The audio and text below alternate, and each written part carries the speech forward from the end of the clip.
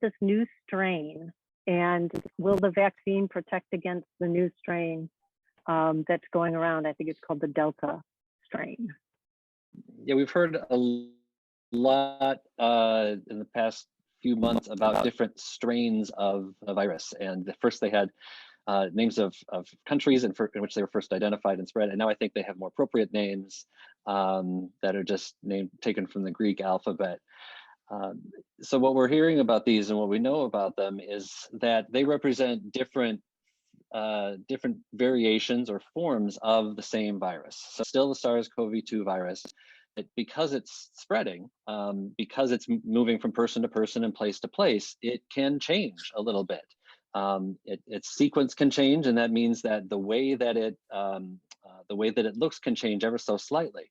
So what people are really interested in finding out about is whether that means that these different forms are going to be more contagious, more transmissible. Are they going to be more harmful to people if they contract them?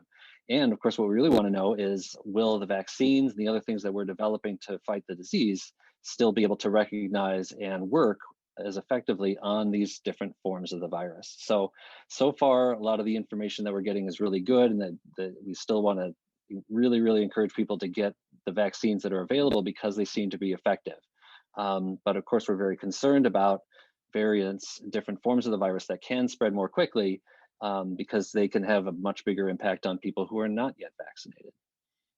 As people are hesitant to get vaccinated, it increases the likelihood that the virus can spread from a human to a human. And the more people that are infected by the virus increases the likelihood that the virus can evolve. Because every time the virus jumps into a new host, it can change slightly, like Bob had said.